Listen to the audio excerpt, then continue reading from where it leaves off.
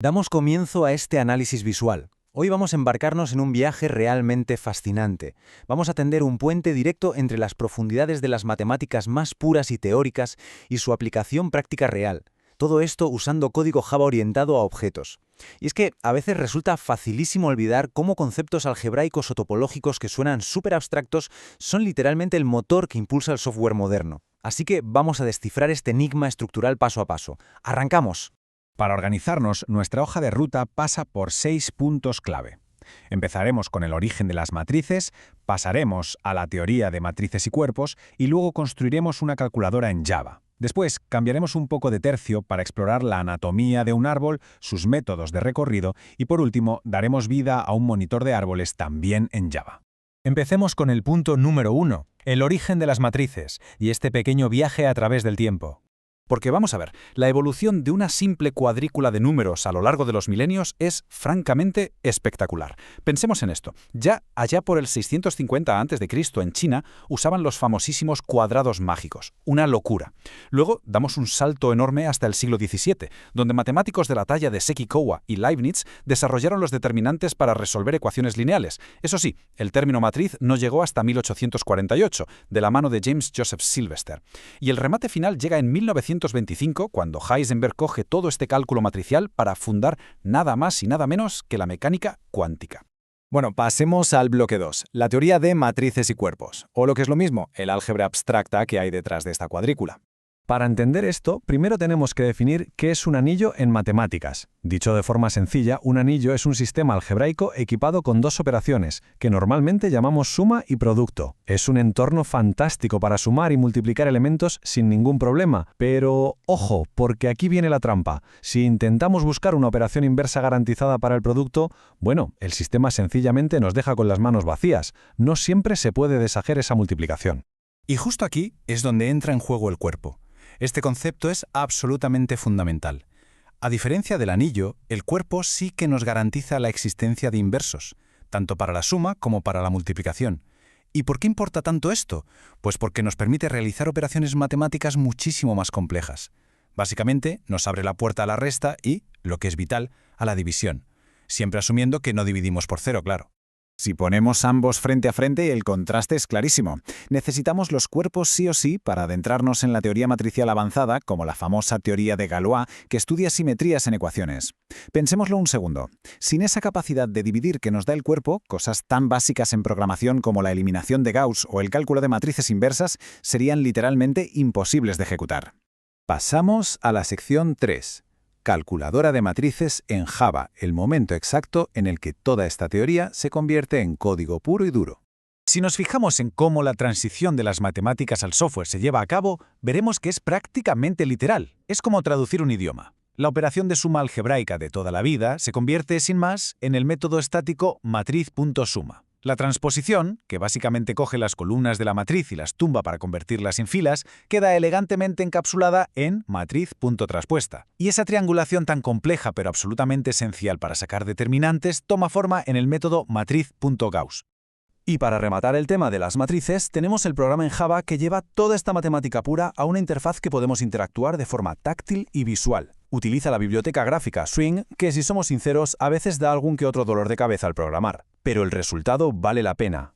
Genera dinámicamente campos de texto bidimensionales repletos de números aleatorios y nos calcula el determinante de forma completamente visual. Es literalmente la abstracción matemática convertida en una interfaz interactiva. Nos recuerda que detrás de cada clic hay un montón de álgebra trabajando a toda máquina.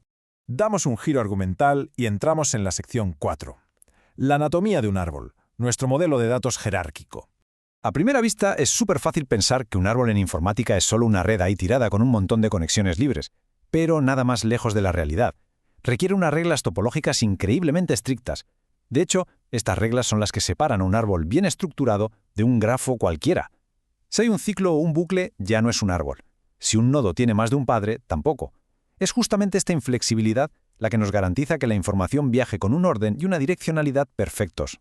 Para entender cómo se estructura todo esto, la analogía del árbol genealógico es una maravilla. Lo hace todo súper intuitivo. Tenemos una raíz que es el origen absoluto, de ahí cuelgan los padres, los hijos, los hermanos, e incluso hablamos de ancestros. Y claro, a los nodos que se quedan sin hijos los llamamos simplemente hojas.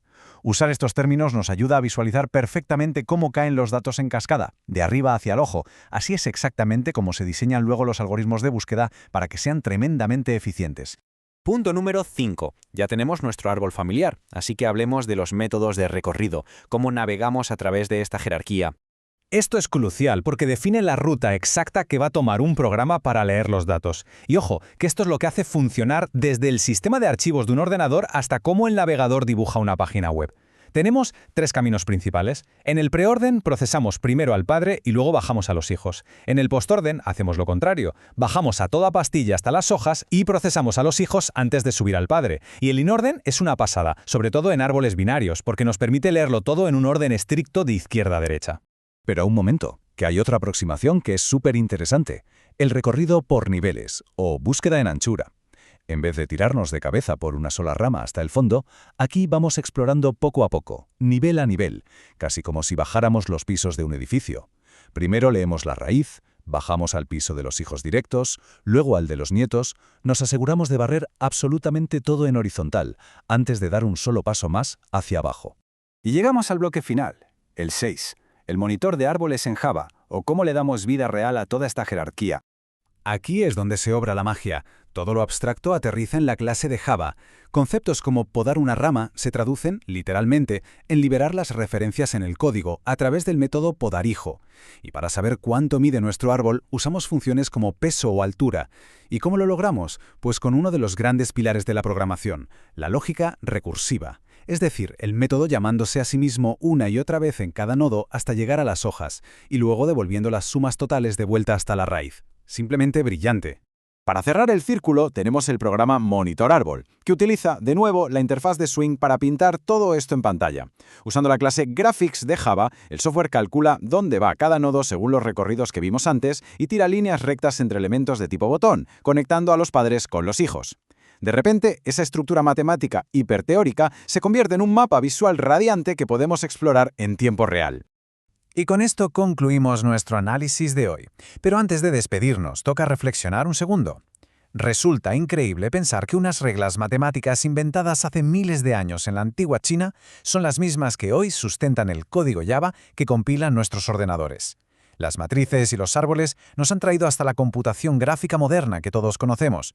Pero la verdadera pregunta, la que queda flotando en el aire, es ¿qué nuevas formas adoptarán estas arquitecturas para construir los paradigmas de software del mañana?